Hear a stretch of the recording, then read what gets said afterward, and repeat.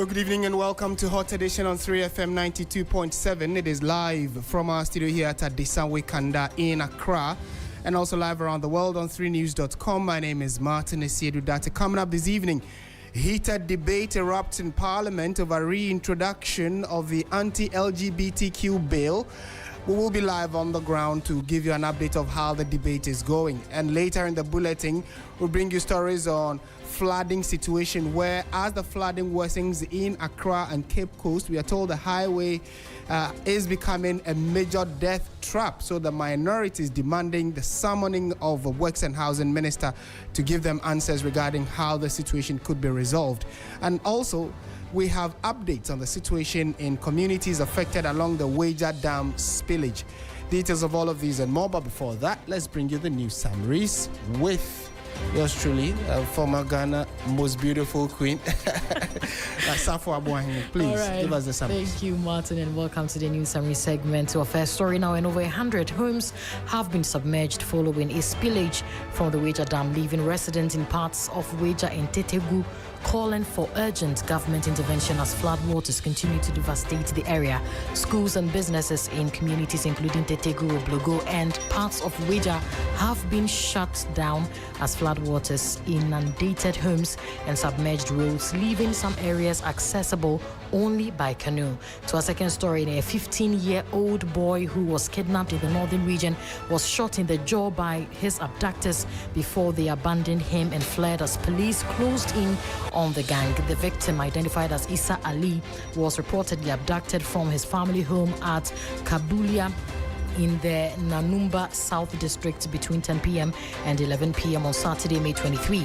And he was later referred under police escort to the Tamale Teaching Hospital on the night of May 28 and is currently receiving treatment, but his condition has not yet been disclosed. We'll definitely keep a close eye on that. But moving on to the next, the Ghana Education Service, GES, is appealing for calm among striking teachers in the Takwan-Suayem municipality of the Western region following the alleged assaults of some teachers by military personnel. The service says investigations into the incidents will commence immediately and has assured the public that any military officer found culpable will face the appropriate sanctions. Public Relations Officer of the GES, Daniel Fenyi, disclosed this in a telephone interview with 3 News Labour Affairs correspondent in Accra on May 29.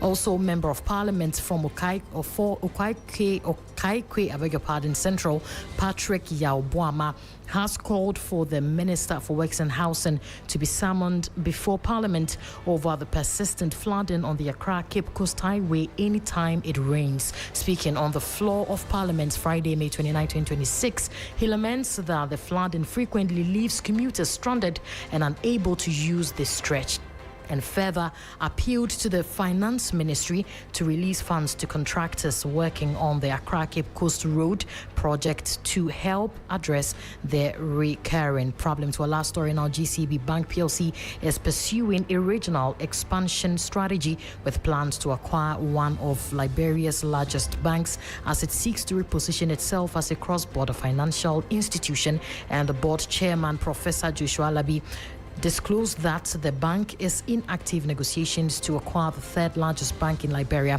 a move that could rank among the most significant outward investments by a Ghanaian bank in recent years. And this brings us to the end of our news summary segment, and over to you, Martin. Thank you very much. We're going straight to Parliament now, and as you would recall, the big issue of the LGBTQ debate has been ongoing. The minority is pushing to, given a semblance of support for government to ensure that this bill is passed. But the debate is currently ongoing. We are joining the feed now. 16. Add the following new clause. Mr. Speaker, same is captured at page 39 and it's paragraph XXXIX. I so move, Mr. Speaker. Very well. Honourable members, the new clause is for the consideration of the House. Any further amendment to the new clause? I'll put a question. As many as are in favor say aye. Aye. Those against say no. Honourable members, the new clause is accordingly ordered to stand part of the bill. Yes, clause 17, Chairman. Regulations. Mr. Speaker, clause 17, amendment proposed, opening phrase, line 1. Delete may and insert shall within 12 months of the coming into force of this act. I so move, Mr. Speaker. Honourable members, the proposed amendment is for the consideration of the House. Yes, Majority Leader. Mr. Speaker, which clause are you amending? Because I had a proposal to delete something in the new clause. That's amendment proposed under clause 16. Add the following new clause: duty to report. And duty to report is now 17 subclause 1. A person who has knowledge that an offense is committed under this act shall report the commission of the offense to a police officer. I have put a question on the new clause. You've already put the question on the new clause? Yes. Okay. Anyway, it is not harmful because we earlier deleted reference to the Evidence Act. If you look at the new clause 7, subclause 3, this section does not apply to information privilege under the Evidence Act. So I thought that consistent with what we did earlier. I can only direct the drafters to consistently take care of this. So I will now put a question on clause 17. The proposal by the chairman of the committee in the absence of any other amendment. Those in favor say aye. Those against say no. Honourable members, the ayes have it. The proposed amendment by the chairman of the committee is ordered to stand part of the bill. Now I'll put a question on the entire clause 17. Those in favor say aye. Those against say no. The ayes have it. Clause 17 is ordered to stand part of the bill. Clause 18. Interpretation. Chairman of the committee. Mr. Speaker, clause 18, amendment proposed, add the following new definition. Interpretation for bisexual, line 3, after sex, add and who engages in sexual or romantic activity with a person of the same sex and a person of the opposite sex.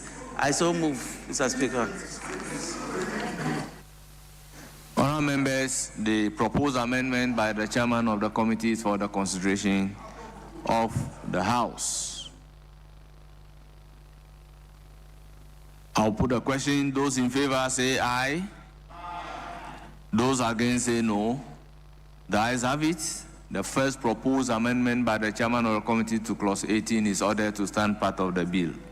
Clause 18, amendment number XCII.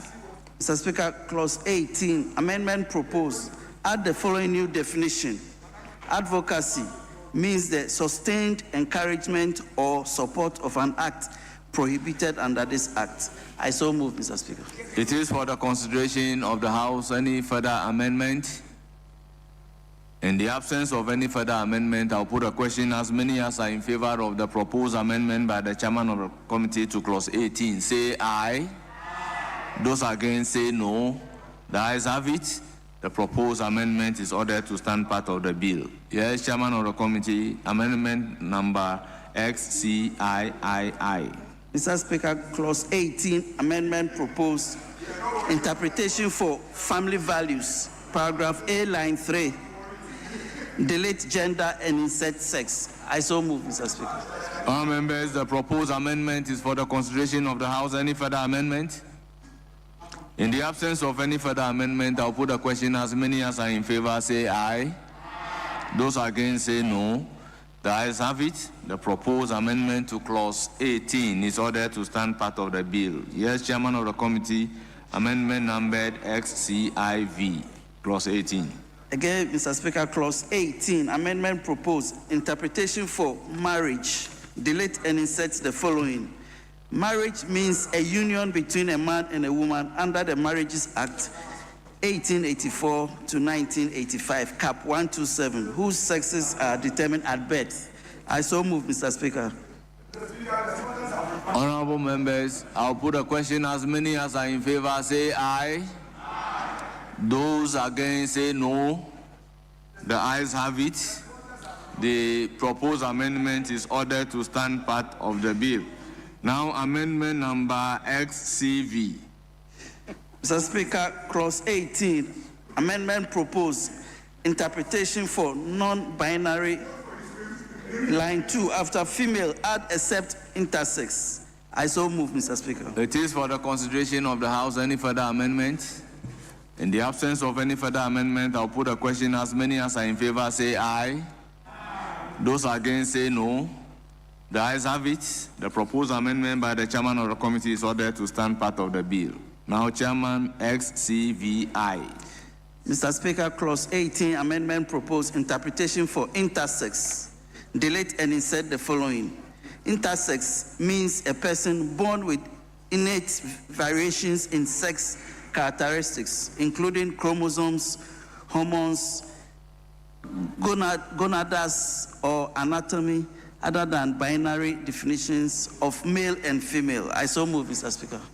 Honourable members, the proposed amendment is for the consideration of the House. Any further amendment?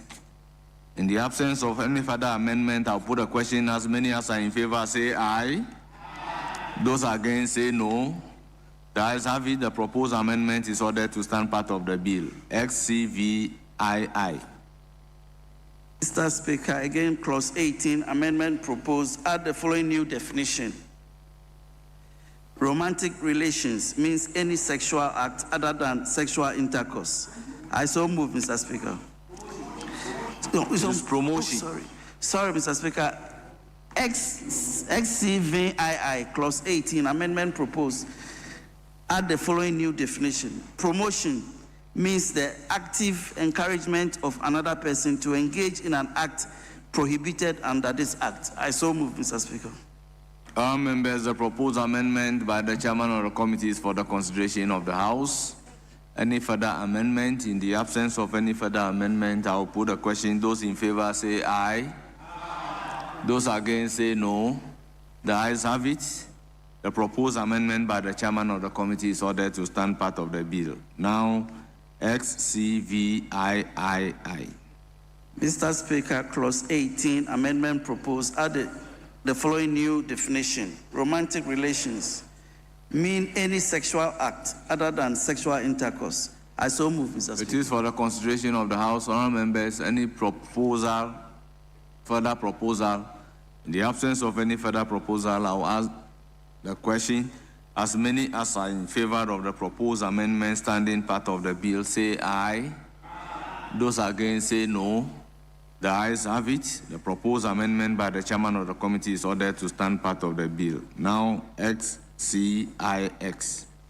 Mr. Speaker, Clause 18, amendment proposed, interpretation for plus, line 2, after LGBTQ AP plus, add, but contrary to the binary categories of male and female determined at birth. I so move, Mr. Speaker. Honourable members, it is for your consideration. Any further amendment? In the absence of any further amendment, I'll put a question to Chairman's amendment. Those in favor say aye. Those against say no. The ayes have it.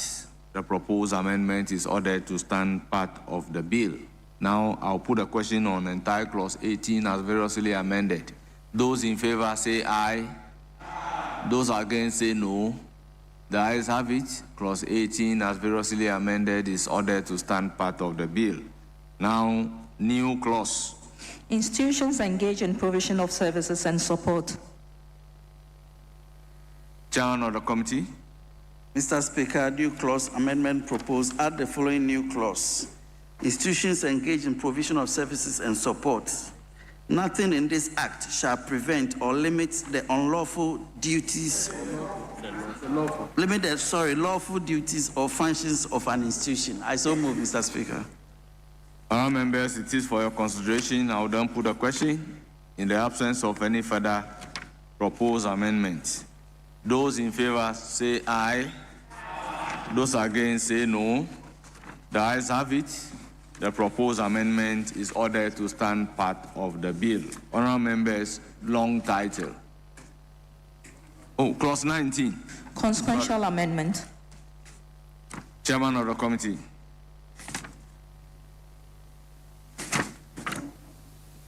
Mr. Speaker, no proposed amendments. No advertised amendment, yes. It is for the consideration of the House. Honourable members, any proposed amendment to clause 19? In the absence of any proposed amendment to clause 19, I will put a question. As many as are in favor of clause 19 standing part of the bill, say aye. Aye. Those against, say no. The ayes have it. Clause 19 is accordingly ordered to stand part of the bill.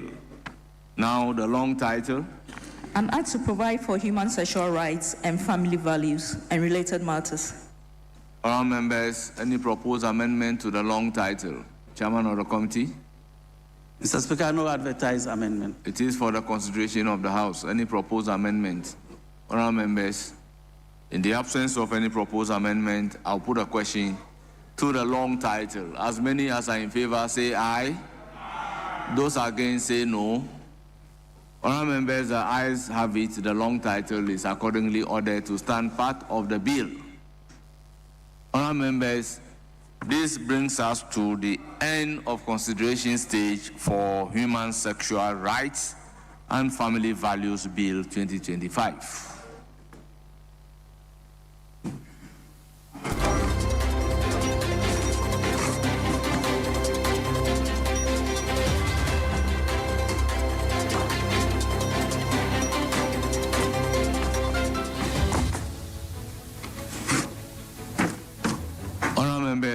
Before we make progress, let me acknowledge a student from UCC.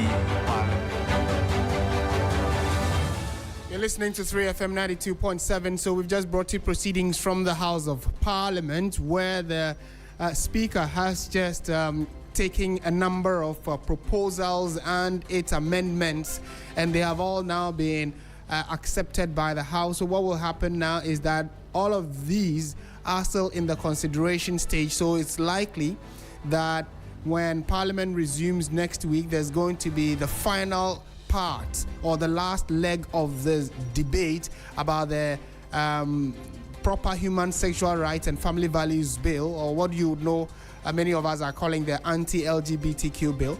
And when it is now fully gone through the process of the proposals, then there'll be a final vote, which then will lead to the approval of the bill or the passage of the bill, which will now indirectly mean that Ghana as a country has accepted that issues relating to LGBTQ are not acceptable in the country.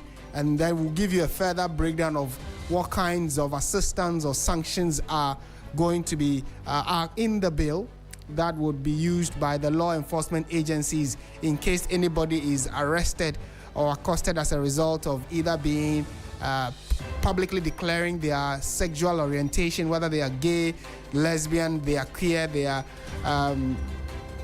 transgender. All of that is captured in the law, or what is now a bill and is on its way to becoming a law. If you've been following this conversation, you'll recall that the Majority Leader, Mahama Ayariga, gave indications that maximum 2 weeks, this bill should be passed into law. So it is still strongly being debated and considered. It looks as though this is one of the bills that have a bipartisan support. And so we are also keeping very close tabs on it to see what would happen in the coming days. Meantime, though, the debate was actually quite heated in the early hours of today when the conversation on it started. It was laid again, or the conversation started yesterday. Many portions of it were read and adopted. So let's listen to some of the key conversations that came up, especially with the Majority Leader, sharing a thought about why they believe the minority is super interested in pushing this particular bill. And these are the thoughts that he shared with the audience who were there in the Parliament and by extension, all of us who were following this particular debate in the House of Parliament. Professional media raise strong issues because they think that we are violating the right to free expression. Professionals such as lawyers raise strong issues that we are violating their professional freedom and violating the rights of people to legal services. Then academics, universities. I was on the committee, you remember, the previous Parliament, and these civil society groups made a very strong case. So what the committee is trying to do is to narrowly set out those exceptions where when you speak, you will not be considered as promoting or supporting LGBTQ. The new bill we wanted Akufo-Addo to pass is now exempting all these people under this clause, including NGOs, including academic publications and for science and medical opinions. Mr. Speaker, including the report of news and current affairs by the media house or journalists in other courses of the journalism. Mr. Speaker, the point we are making here is that if you even see the proposal and the footnote, it said the rationale is to create an exemption for these categories of activity that may otherwise impugn under Section 2. Mr. Speaker, this is just watering down the point that you wanted the Akufo-Addo to sign in 2028, for which reason people had issues. So today it is clear, Mr. Speaker, today it is clear that you are exempting all these people under this bill, which is not the same bill you asked the Akufo-Addo to sign. The provision of medical, surgical, psychological, or counseling services in accordance with accepted professional practice, which exemption was not part of the bill you wanted Akufo-Addo to sign. And F, the reporting of news or current affairs by a media house or a journalist in the ordinary course of journalism, and the performance of a public health functions, including HIV and AIDS prevention, testing, treatment, and care, which same testament was given by the Ghana AIDS Commission before the full glare of this country in our live telecast that they provide condoms, lubricants, and other aids for persons living with HIV who are known LGBT members, so that they will go about their absurd sexual experiences. And yet this government wants to make assumption under this law. That is not the law we sponsored in the 8th Parliament. That is not the law we are sponsoring today. If the government is minded to pass their own law of a sort, which will grant all these exceptions, the very places we are trying to clamp down on, that can be a separate law. But so long as the Human Sexual Rights and Family Values Bill is concerned, these exceptions are alien. These are not the exceptions in the Ugandan bill that was passed. These are not the exceptions in the Senegalese bill that was passed. These are not the exemptions granted in any of the countries that we are going to host next week, who have passed these laws and whom we are proud to host them in this very chamber. We are planning to host them. When they pass their bill, they didn't give any of these exceptions, because that is where the real problem is. These are the people sponsoring, supporting, making these activities rather attractive behind the scenes and even sometimes overtly. And so if I find it highly problematic, any attempt by this House to push any of these exceptions in, will resist it. And if the House will use their majority numbers to push it through, I, as a sponsor, will advise myself accordingly. Very well. You are entitled to advise yourself. Yes, majority leader. NDC is passing. Still listening to 3FM 92.7, and so you had the debate in Parliament where you just had John Ntim Fodjo, who is one of the proponents or sponsors of the bill, raising key concerns about some new exemptions to the law or the bill as it currently is, and saying that these exemptions were totally different, were not captured in the first bill that was sent to former President Akufo-Addo to sign. In the coming days, we'll properly interrogate the differences between the old bill and the current bill, and the progress that we are looking forward to being made regarding whether Parliament will fully adopt and pass it, or they probably would continue making amendments to it before it is passed. 92.7 is the dial, 3FM is the station. You're listening to Hot Edition with me, Martin Asiedu-Dartey. Let's go to some other stories now. And persistent flooding on portions of the Accra Cape Coast Highway continues to raise concerns among commuters and residents, especially during heavy rains, with several motorists often left stranded for hours due to poor drainage and waterlogged sections of the road. The situation has renewed calls for urgent government intervention, as many fear that the recurring flooding poses both safety and economic risks along one of the country's busiest highways. Against this backdrop, Member of Parliament for Kaikwe Central, Patrick Yabuama, is calling for the Minister for Works and Housing to be summoned before Parliament over the persistent flooding in the Accra Cape Coast Highway, on the Accra Cape Coast Highway, anytime it rains. He lamented that the flooding frequently leaves commuters stranded and unable to use the stretch, and further appealed to the Finance Ministry to release funds to contractors working on the Accra Cape Coast Road to help address the recurring challenge. Let's listen to Mr. Omane-Boama, who is a Member of Parliament for Kaikwe Central, who has been raising these very legitimate concerns. If you look at pictures and videos from the western part of Accra, especially where Honorable Ayariga drives through to Winneba and to Cape Coast, the whole area was submerged yesterday. And it will be very important for us to hear from the Works and Housing Minister on steps that government is taking to get this, the drainage system, the Weja Dam, which was open and people are just homeless in Accra. It's very important that government, through the Minister for Works and Housing, is summoned by your good self to tell the good people of this country what steps government is taking to assuage their plight. I thank you very much. So, Majority Leader, you're always on that road. Ricketts, that's Ricketts route to Cape Coast, and you are sitting, you are not talking. Apam, all that route. The rains, people couldn't drive to Cape Coast. A friend of mine left Accra at 12 p.m., got to Takoradi at 10 p.m. It's not a good thing to toy about with. And Atufose must release money to the contractors working on the Accra Cape Coast Takoradi Road.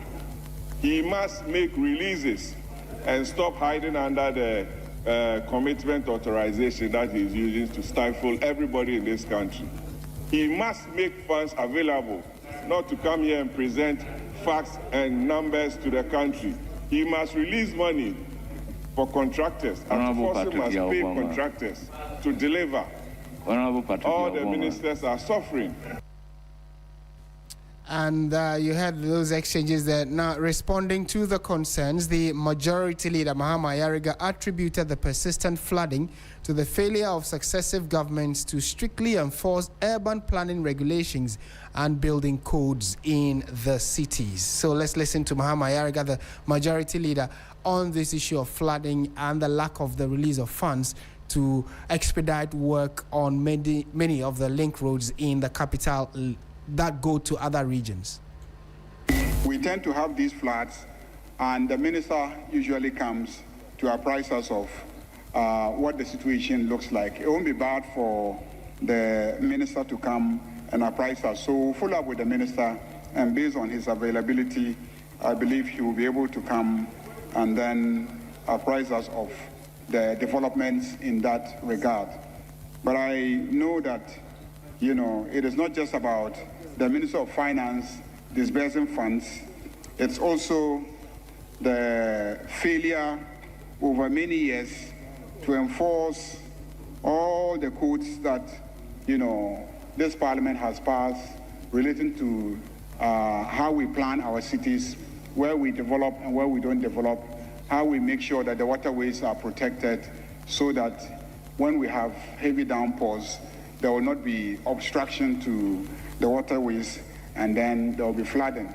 These are all matters that those of us who are in this house have primary responsibility for. And I say so because every single one of us is a member of our municipal, district, and metropolitan assemblies. And as members of the assemblies, it is part of our responsibility to make sure that within our various assemblies, we adhere to the planning codes, we adhere to the regulations pertaining to where to build and where not to build. And if we sleep on the job and we don't pay attention to these issues, these are the consequences that will be visited upon us as a nation. So beyond just, always asking the ministers what they are doing, let's also begin to ask ourselves as members of Parliament, who are members of our various district assemblies, what are we also doing? Mahama Yariga is Majority Leader in Parliament, and clearly both sides of the House have more or less agreed to the point that we need to improve upon the development agenda of the country, especially when it has to do with urban planning, so that the flood conversation does not continue to be an annual ritual. Every year, when the rains come, the conversation about flooding, people being displaced, etc., keeps coming up. So let's stay on that tangent, but this time around, we are looking at something that usually coincides with the rains, which is the spillage of the Wager Dam. You would recall that here we spoke about how it is badly affecting some communities in and around the Wager area, those living around Tetegu as well. They've all been affected by the recent spillage of the Wager Dam, which is also operating at optimum capacity, and so they also need to spill, or else the integrity of the dam will come under strong question. And several communities across Accra have also been experiencing flooding over the last few weeks, disrupting movement and destroying property. The situation has worsened with the Wager Dam spillage. Armstrong Goldalogbe is my colleague who has been assessing the situation around the Wager area. He brought a report about how the flood was affecting those living in and around that area. He's back to the community. He's joined us on the phone for a quick update. Armstrong, thank you for joining us. We know that NADMO officials were there to assist with evacuation of some residents. What's the situation today? Yeah, Martin, so I can report that so far the water is receding. Since afternoon, you see that the places where yesterday was flooded, this afternoon till this evening, the water is gradually receding, where you even see some residents already returning back to their various homes because they've seen that the impact of the tillage water is no more severe as we saw yesterday. Now, I tried to find out what has led to this, and then I discovered that the estuary, some two estuaries that would lead to the free flow of water into the sea, has been dredged and opened so the water can move from the communities into that place. Now, this is something that the various assemblies were supposed to have done long ago before the spillage of the water, but they start to look, and the distraction has been caused. But thankfully, this morning, I'm told from last night to this morning, they've spent time to dredge it, and they've opened it now. So if you go to Tetegu now, the low-lying area of all the community, the water is now flowing free into the sea without much distraction, Martin. Right, and so you said the waters are receding. Do we have confirmation that the dam will no longer be spilled? Is it that they are also now having fewer waters in the dam, so there will be no need to spill? Martin, I spoke with the Ghana Water Company. They said they are still spilling. And it may surprise you to know that this spillage has been happening since last year, April, and this flooding didn't happen. But for the coming of the rain, it added up. That's what has led to the flooding. I spoke with the Ghana Water Company. They said they've not stopped their spillage. Currently, the water level is still very high, and they are going to continue spilling. It can even take the next 2 months for the spillage to continue, and that they are not stopping anytime soon. The only thing that has happened now is that what should have been done, which was dredging of the estuaries along the sea area, has now been dredged and opened, so the water is now moving freely into the sea. And this is what people are saying. The assemblies are sleeping on the job. They are not doing what they are supposed to do, and people have to suffer for their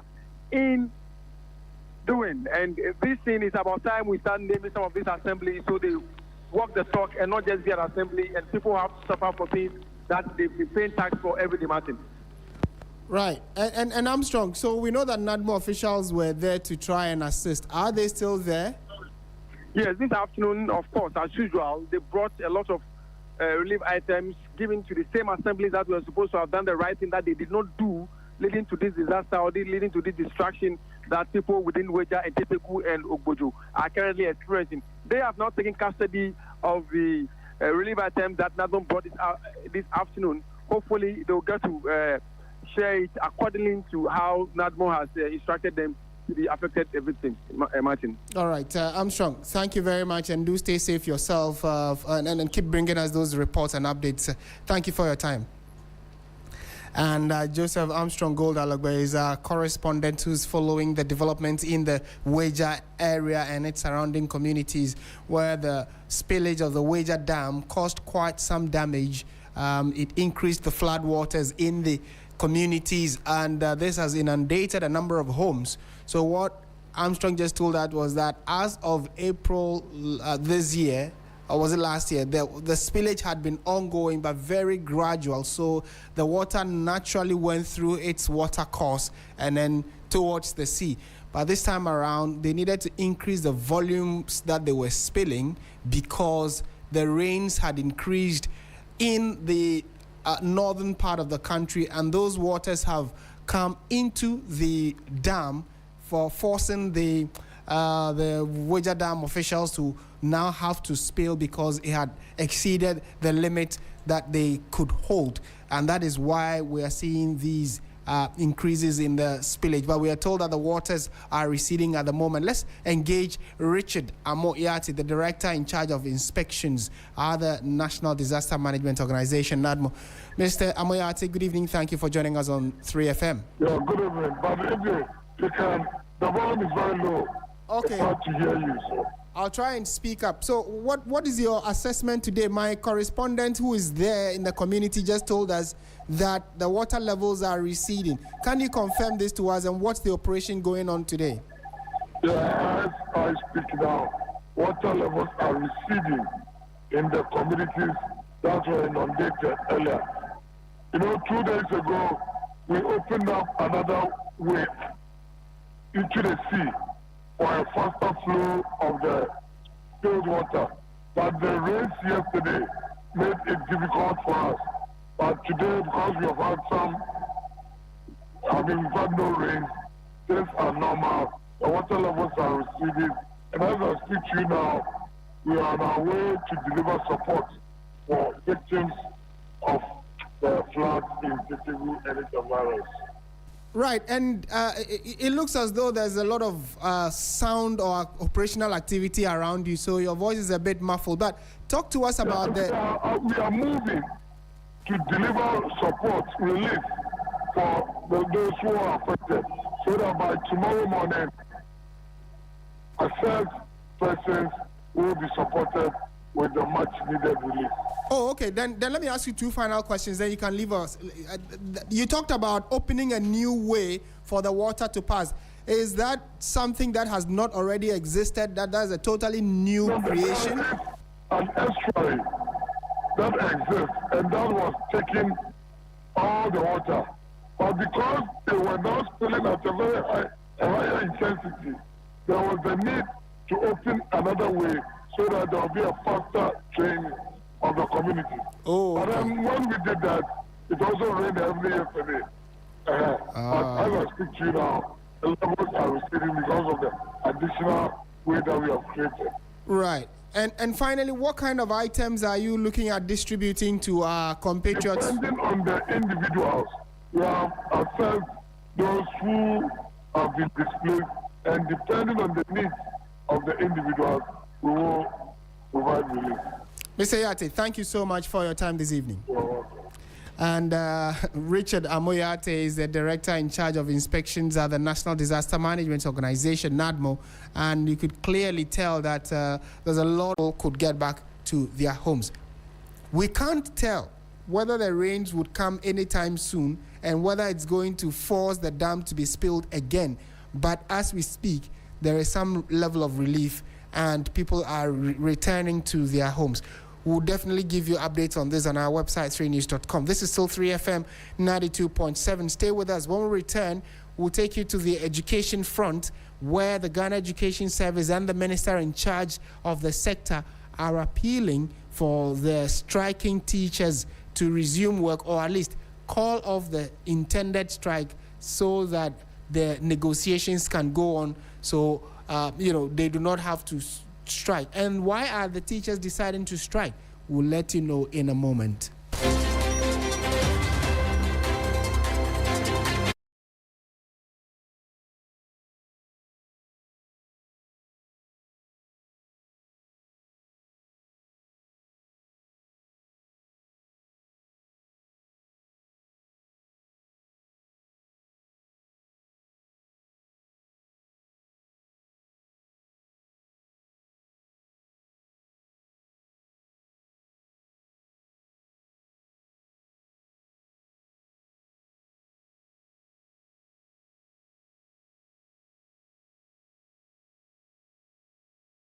municipality of the Western Region following the alleged assault of some teachers by military personnel.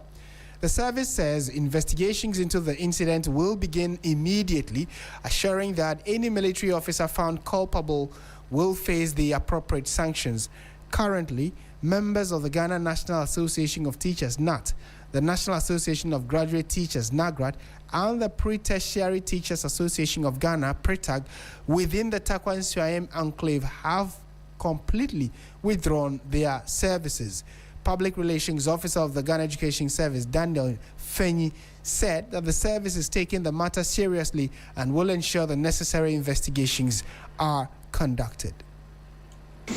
Indeed, management completely condemns attack on any teacher under our care. We believe that the work of the teacher is already so complex, detailed. They do it with a lot of emotional and psychological presence. And so any threat in the environment, any reason for them to feel threatened and be afraid in the conduct of their work would largely have negative impact in the output and the quality of work of our teachers. And so if any group, any community, any person attacks a teacher, he has attacked the very fabric of the profession. He has attacked the emotions, the eyes of the profession. And so we condemn it in no uncertain terms. We believe that no matter what happens, no matter what takes place, regardless of every disagreement that may come in the course of the work of our teachers, nobody has the right to physically assault, physically attack, even verbally attack our teachers. And so management completely condemns the act. Okay. We also send our strength. We send words of sympathy with the teacher who was involved in such unfortunate situation. We stand strongly with the teacher, and we believe that the issue will be settled amicably. In fact, we are working closely with the teacher unions. In fact, we don't move without them. We are working closely with them to make sure that the corporates are brought to book. We don't agree and we don't believe that any teacher should feel threatened in the working environment at all. So we'll make sure that the corporates are brought to book. We'll support the security agencies, will support the teacher unions, will support well-meaning stakeholders to make sure that our teachers are safe and they are working in very conducive environments. Okay. Yes. And you heard the voice of the Public Relations Officer of the Ghana Education Service, Daniel Fenyi, asking for calm while investigations commence. This is 3FM 92.7. Stay with us. It's time for the latest in the world of business.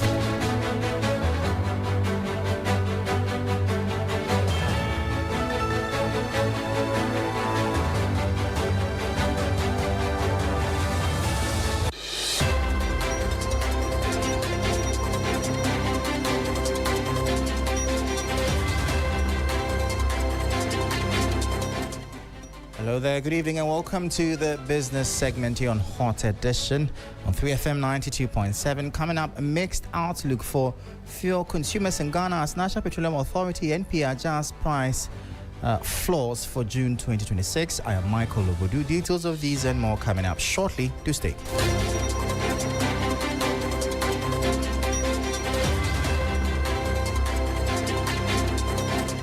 Thank you so much for your time, and straight into it. And fuel consumers across Ghana face a mixed outlook for the first pricing window of June 2026 as the National Petroleum Authority NPA has announced an upward adjustment in price floors for petrol and liquefied petroleum gas LPG, balanced by a slight drop in the cost of diesel. Ex-pump price for petrol is expected to rise by some 4.2 to 6.2%, while LPG by some 0.59 to 2.249%, while diesel decreases by 1.65% to 2%. This report has the details. According to the NPA's latest pricing outlook, the regulated minimum retail floor for petrol will rise by 60 pesos to 15 cedis, 20 pesos per litre, up from 14 cedis, 60 pesos in late May. LPG users will also feel the pinch as its price floor takes upward by 32 pesos to hit 13 cedis, 48 pesos per kilogram. Diesel consumers will get a minor reprieve, with its floor price dropping by 32 pesos to settle at 15 cedis, 4 pesos per litre. These adjustments reflect shifting international market dynamics alongside a critical rollback of state interventions. To manage its fiscal space, the government recently removed a 36 pesos per litre subsidy on petrol and slashed its diesel price support from 2 cedis to 1 cedi, 7 pesos per litre. These revised relief measures are locked in for 2 pricing windows, after which they will be re-evaluated against global market conditions. The NPA emphasizes that these figures represent strict mandatory minimums for oil and LPG marketing companies. Final pump prices will likely be higher as individual commercial margins and international trading premiums have yet to be tacked on by local distributors.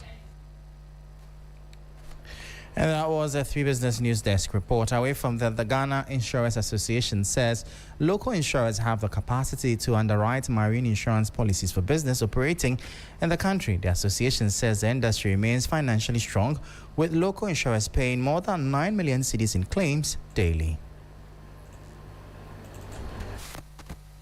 The assurance follows government's decision to intensify enforcement of compulsory domestic marine insurance for all commercial imports under Section 222 of the Insurance Act 2021 Act 1061 from February 1, 2026. The directive is being implemented by the Ministry of Finance in collaboration with the Bank of Ghana, the National Insurance Commission, and the Ghana Revenue Authority. Figures from the National Insurance Commission show that only about 6% of Ghana's imports are currently insured locally, despite the legal requirements being in place for nearly 2 decades. Speaking at the Sanlam Alliance Marine Insurance Seminar, President of the Ghana Insurance Association, Boatima Bafwewa, said the local industry has the potential to meet growing market demands. Marine has always been a policy that Ghanaians have taken. There's been some focus on the suppliers, insurers, but for Ghana, we have the capacity. We have reinsurers who are also here supporting us. So we have the capacity. We have the knowledge. It's just for us to have the business to be able to exercise the capacity that we have. Meanwhile, Chief Executive Officer of Sanlam Alliance Insurance, Mabel Pobley, stressed the need for greater public education on marine insurance to support the effective implementation of the law. Though the law has been promulgated, we didn't think that people have understood what it meant and its impact on trade and business and insurance itself. So this session or workshop is basically to bring people's understanding, create awareness, get the stakeholders within that ecosystem to appreciate what the law is first and how it impacts on our processes, our business, trade, letters of credit and all of that. And that's what we are seeking to do.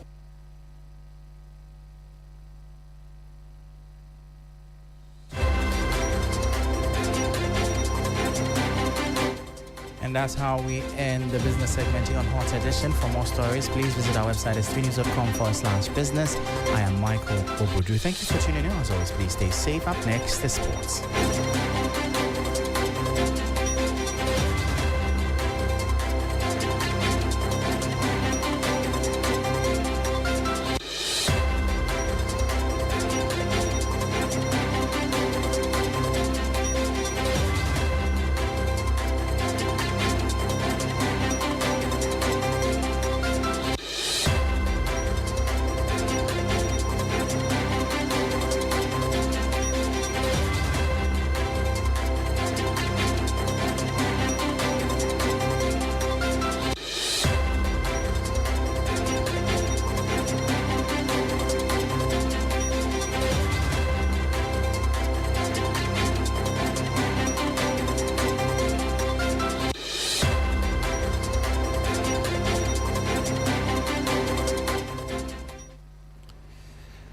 Hello, good evening and welcome to the sports segment here on Hot Edition on 3FM 92.7. My name is Andrew Sefa Bamfo. Let's start off from the camp of the Black Stars because the team have stepped up preparations ahead of their friendly game against Wales on June 2.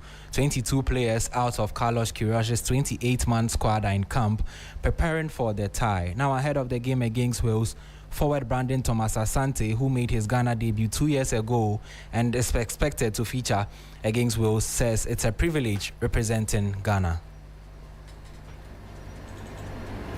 Every day we're more and more prepared, and I'm happy to be here, and we definitely want to prepare in the right way to go and be successful, so we feel good. It's always the biggest privilege, you know.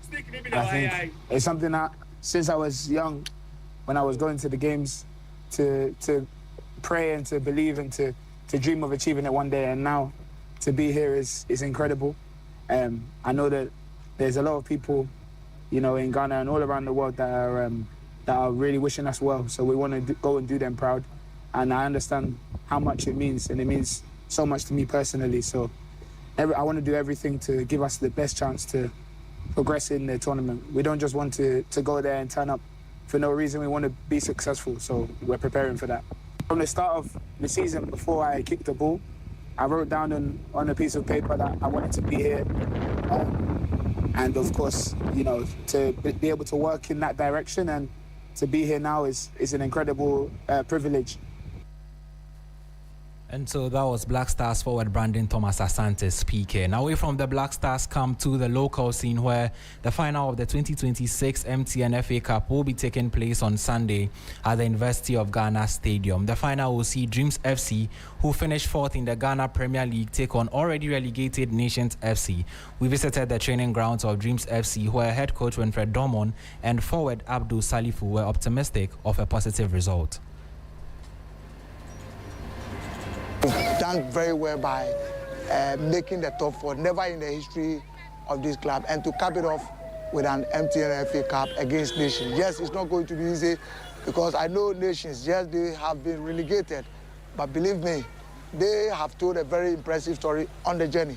Don't forget that they beat Adriana in the semi-finals, the Anos goal. So yes, we know it's not going to be an easy final, but Dreams FC is getting ready to make sure we deliver on Sunday.